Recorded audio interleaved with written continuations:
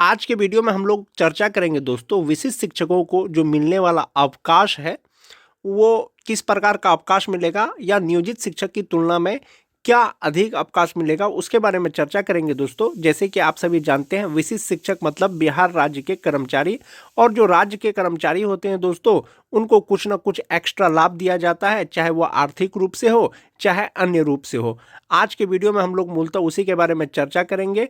नियोजित शिक्षक वर्सेस विशिष्ट शिक्षक, अवकाश में क्या तुलना है, राज्य कर्मचारी जब बन गए हैं विशिष्ट शिक्षक, उनको किस प्रकार से अवकाश मिलेगा या क्या क्या एक्स्ट्रा अवकाश मिलेगा नियोजित शिक्षकों की तुलना में। वीडियो शुरू करने से पहले एक रिक्वेस्ट है दोस्तों, जो लोग मेरे चैनल को सब्सक्राइब नहीं किए हैं कृपया चैनल को सब्सक्राइब कर दें और बेल आइकन को जरूर दबा दें, ताकि शिक्षा विभाग बिहार सरकार से जुड़ी कोई भी जानकारी आपको समय पर मिल सके। राज्य कर्मचारी बनने के बाद दोस्तों विशिष्ट शिक्षकों को लाभ तो है ही अन्य मामलों में, लेकिन अवकाश के मामले में जब आप ये वीडियो देखेंगे तो तुलना कर पाएंगे कि नियोजित शिक्षक वर्सेस विशिष्ट शिक्षक में अवकाश को लेकर के क्या तुलना है। जैसा कि आप देख सकते हैं दोस्तों, नियोजित शिक्षक एवं राज्यकर्मी को दे अवकाश की तुलनात्मक विवरणी, यानी नियोजित शिक्षक और बिहार राज्य के जो राज्यकर्मी हैं उनके अवकाश में क्या तुलना किया जा सकता है। सबसे पहले यदि आकस्मिक अवकाश की बात करते हैं दोस्तों, सीएल की अगर बात करते हैं, नियोजित शिक्षकों को भी 16 गो सीएल है, यानी आकस्मिक अवकाश है। इसमें दोस्तों एक साथ 10 दिनों से अधिक नहीं ले सकते हैं, ये नियोजित शिक्षक के लिए है। वहीं पर विशिष्ट शिक्षक की अगर बात करें, क्योंकि ये बिहार राज्य के राज्यकर्मी के लिए देय अवकाश है दोस्तों, विशिष्ट शिक्षक भी राज्यकर्मी बन गए हैं, इसीलिए हम विशिष्ट शिक्षक के रूप में बता रहे हैं।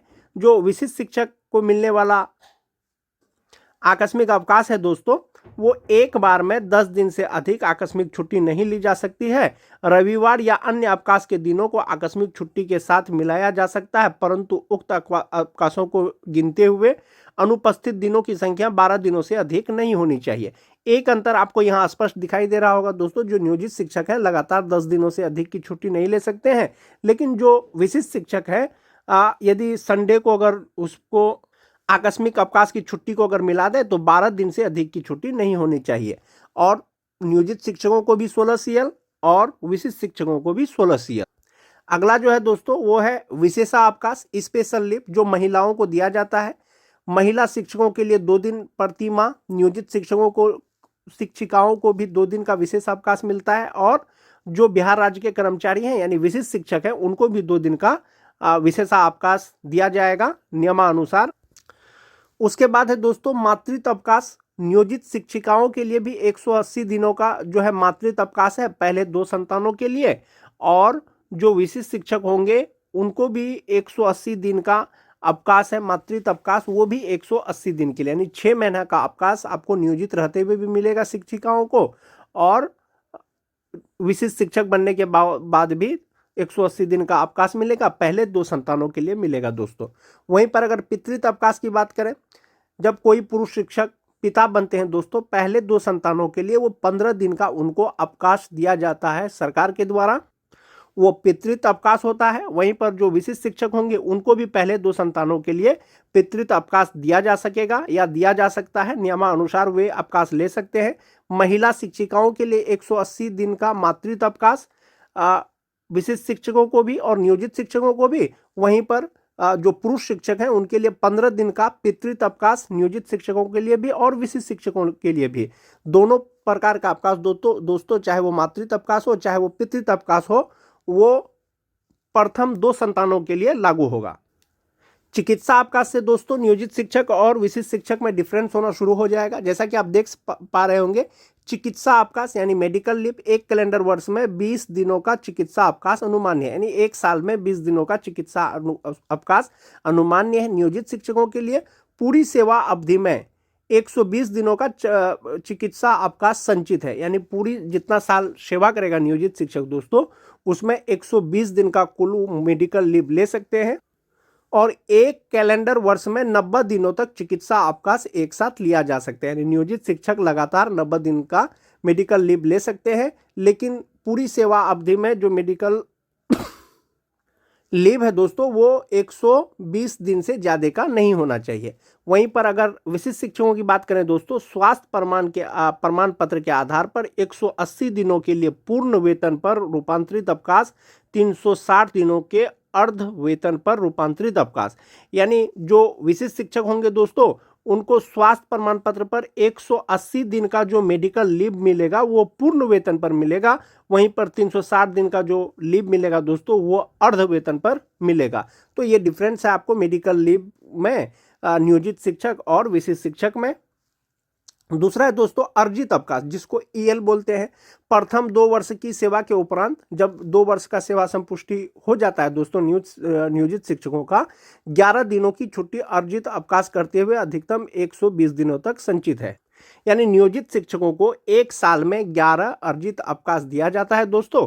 वहीं पर अगर विशिष्ट शिक्षकों की अगर बात करें, प्रत्येक 1 वर्ष की पूर्ण सेवा पर 30 दिनों की छुट्टी अर्जित करते हुए अधिकतम 300 दिनों तक संचित। वहीं पर अगर विशिष्ट शिक्षकों को दिया जाएगा दोस्तों 30 दिनों का अर्जित अवकाश दिया जाएगा। और जो नियोजित शिक्षक है दोस्तों, 2 साल जिस नियोजित शिक्षक का सेवा पूरा हो जाता है या पूरा हो गया है, उनको 11 दिन का ईएल मिलता है। वहीं पर जो विशिष्ट शिक्षक है या राज्यकर्मी है, उनको 30 दिन का ईएल मिलता है, या विशिष्ट शिक्षकों को मिलेगा 30 दिन का ईएल मिलेगा, अधिकतम 300 दिनों तक संचित। संचित का मतलब हुआ दोस्तों, जो नियोजित शिक्षक हैं 11 दिन का जो उनको ईएल मिलेगा। मान जाते हैं 20 साल कोई नियोजित शिक्षक सेवा करता है, तो 20 साल की सेवा के बाद उनका कुल ईएल 220 हो जाएगा। और 220 दिन में दोस्तों 120 दिन का उनको वेतन मिलेगा। 120 दिन का मतलब हुआ 4 महीने का वेतन मिलेगा नियोजित शिक्षकों को। जो लास्ट पेमेंट वो उठाएंगे आखिरी महीने का रिटायर के टाइम में, उसके हिसाब से जोड़ के मिलेगा। वहीं पर यदि विशिष्ट शिक्षक या राज्यकर्मियों की बात करें दोस्तों, 1 साल में 30 दिन का उनको ईएल मिलेगा। यदि कोई विशिष्ट शिक्षक, जैसे बहुत से विशिष्ट शिक्षक हैं, उनका एज नौकरी जो है 10 साल बचा हुआ है, यदि वे 10 साल नौकरी करते हैं और वो ईएल नहीं लेते हैं, उनका 30 ईएल प्रत्येक साल में जुड़ करके दोस्तों 10 साल में 300 हो जाएगा। और 300 दिन का उनको जो वेतन मिलेगा दोस्तों, आखिरी महीने का जो रिटायरमेंट वाला जो महीना है उसका जो वेतन मिलेगा दोस्तों, उसके हिसाब से जोड़ करके उनको वेतन भुगतान किया जाएगा। तो ये अंतर है दोस्तों अर्जित अवकाश नियोजित शिक्षकों के और विशिष्ट शिक्षकों के। नियोजित शिक्षकों को 1 साल में 11 ईएल मिलता है, वहीं पर जो विशिष्ट शिक्षक है उनको 1 साल में 30 ईएल मिलेगा। आगे बढ़ते हैं दोस्तों। जैसे अध्ययन स्टडी लीव भी लिया जाता है दोस्तों नियोजित शिक्षकों के लिए अवैतनिक, यानी वेतन नहीं मिलेगा, परमिशन लेकर के 3 वर्ष तक अवैतनिक अवकाश ले सकते हैं अध्ययन अवकाश के रूप में। वहीं पर यदि विशिष्ट शिक्षकों की बात करें, एक समय में 12 महीने और विशेष कारणों से 2 वर्ष से अधिक नहीं।